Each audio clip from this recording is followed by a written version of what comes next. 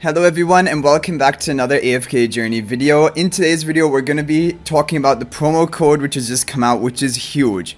For reaching 3 million global followers on social media, AFK Journey has given us a promo code which has a glorious chest in it. And if you don't know what a glorious chest is, you probably have seen it before, but I'll refresh your memory. This is the code. It will be in the description of this video. YSDBHADWB, all in capital letters. The glorious chest will allow you to select a celestial hypogean hero. One of these 6 celestial hypogean heroes, so I guess Dunlinger is not included. Also have 500 diamonds and the gold, which the gold is probably not needed for most people, but it could be useful for some people. Okay, so now that we've gotten this glorious chest, I wanted to show you what the talent AFK stage pushing looks like when you reach to a higher stage. So right now I've made it to, first of all, AFK stage regular 552. After you make it to 551 of AFK stage or talent stage, you're going to have multi-battles and you have to field 2 different teams. So it will become more and more difficult to clear as you go up to the higher AFK stages. In the talent trials, I'm still on 536 and I'm stuck behind because when you take a look at the formations, the recommended formations are all using Taeline, Friesto, Scarlita, Celestial Hypogean teams. And this is the meta for pushing the higher season talent stages.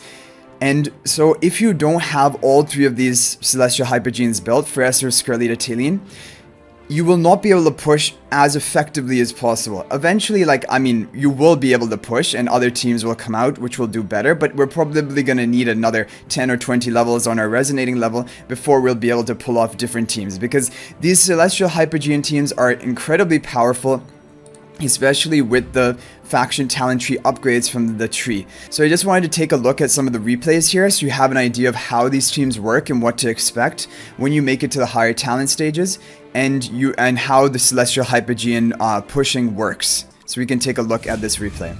So watching on 1x speed. So Iron immediately is going to control the enemies, immobilize them, and also displace them. Almas is going to prolong them by knocking them down after that. And this dark hole, which keeps periodically spawning due to the Celestial Hypogean faction talents, this is also going to activate the Mythic Plus ability of Almas, and he's going to knock them down for longer. So there's a lot of crowd control from this black hole. And Tide Call spell as well, casting enough ultimates is going to debuff the enemies. And this is how these teams work. And there's really no other way to clear these stages at such a low level. Like, again, eventually with AFK stages in general, you can clear any stage with any team once you get high leveled enough. But if you want to push at a big level disadvantage, then you're going to have to run like the optimal teams like this. So this is kind of what's happening. They periodically keep getting looped up in the dark hole. Almas prolongs the effect of that crowd control. And then whenever Iron can cast his ultimate, that's also a lot of crowd control coupled with Almas. And then the idea is Scarlita will just eventually finish off the entire team with her combos once they get to low enough health. Because Taeline also contributes damage. And also, importantly, Taeline is she will stick to the map. As long as your team is surviving, Taeline will always have a chance of reviving herself. Which is why she's a great option. And then she can come back and cast her skills, cast more damage from her ultimate. And this is how this team is working. It's crazy and it has so much synergy. What's really interesting is like the Almas Iron along with the Celestial Hypogeans due to the faction talents that you upgrade when you level up the tree. And this is how this stage is working. So let's take a look at the Celestial Hypogean faction talent tree and what are the key upgrades which will make this really strong. So anything recovering HP or stats, they're a little bit helpful, but they're not the make or break of the comp. So the first thing you have at the base level is 6 seconds into a battle, the Prime Carrier deals true damage to the area with the most adjacent enemies. Now the true damage is not that much. Like, this is not how you're going to be killing enemies in a high, like if they're so much more leveled than you at AFK stages, this true damage hardly does anything, but it's the stun. The stuns are what are important because then you can cycle like crowd control with Iron, Almas, then the dark hole that comes later in this stun. And the prime carrier will continue to cast this as long as they remain in the battle. And Taylene that is why she can be a good prime carrier, because she's never going to be leaving the battle. Even Freesto, sometimes people run one of the Freestos in the prime carrier tile because then he won't leave. But I think in this one, it was probably the Scarlita and the Taylene. And they're going to be on the battlefield for the whole time pretty much. And Scarlita's up in the air and it's still going to trigger. The stun target will increase in duration. The damage is slightly higher, and then you have the stat upgrades, which are typical of any tree, but that is not like the make or break. Then stun target up to 2 seconds, which is a lot of crowd control. Every 6 seconds is activating, right? But what the crazy thing is, when we look at the stage 3 upgrades, Celestial Hypogean is just going to be unbeatable for AFK stage pushing. And so yeah, that's something I'm not looking forward to, because I'm just barely trying to get Freesto done to Supreme Plus. I have Scarlita, but I don't have Taylene. So I need to build up Taylene as well, if you want to pull off like these effective teams. Because none of them are using Rainier, because Rainier is not that effective in a team like this.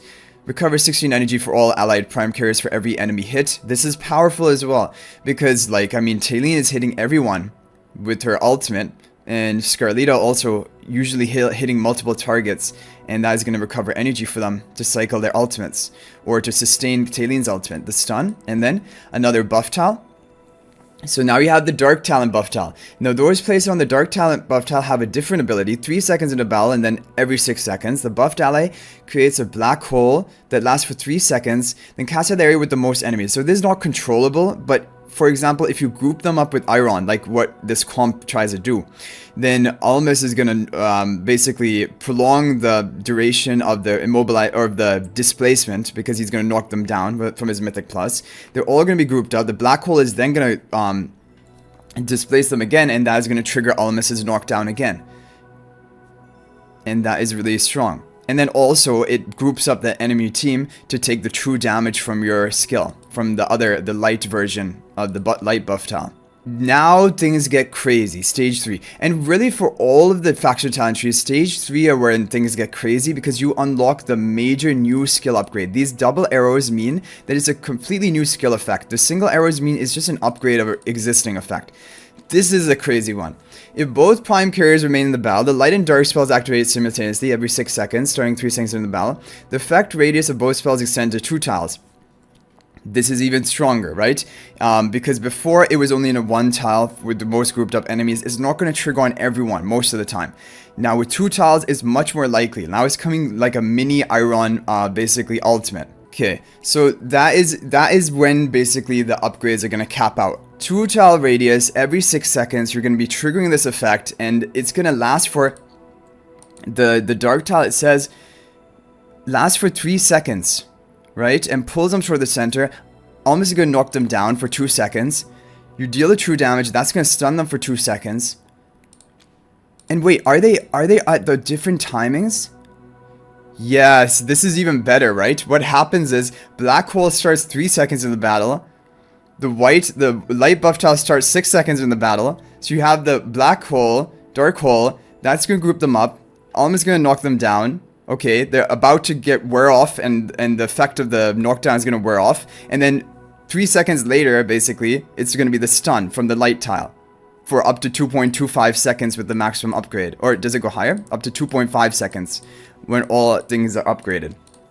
So really the key upgrades for this tree, of course the stats are nice and the damage, but I'm really thinking it's this one and the right one, increasing the stun duration, and then also the extra talent buff tiles. Yeah, so this is why this comp is going to be so insane. Like, we never had these Freesto, Taylene, Scarlita pushing teams in AFK stages because we didn't have such a powerful faction talent for AFK stages. This is the most powerful AFK stage faction talent tree, and Scarlita and Taylene synergize really well with it because they're going to survive for most of the fight. Like, Scarlita can't even die until she descends. And even then, she's probably not going to, because you're going to keep knocking down enemies. And Taylene, even if she dies, she doesn't actually die, because she resurrects herself. So this is why this team is so strong.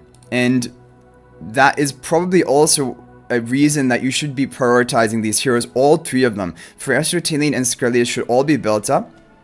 and built up to Supreme Plus, because then you're going to be effectively pushing these AFK stages.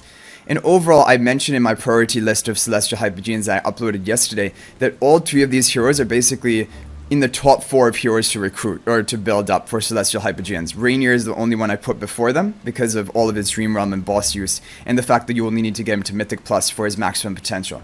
But these other ones, and especially for AFK stages, they're going to need to be at Supreme Plus for maximum effect.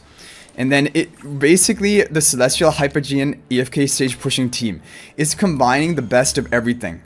You have Iroh and Almas, which are the 2 key players in regular, normal AFK stage pushing. You have Fiestro, who is also sometimes used in the Mauler teams. And then you have the Scarlita, who also is used in AFK stages. And you have Talene because of their prime carrier role. So just rewatching the replay and paying attention to the tiles that they're on.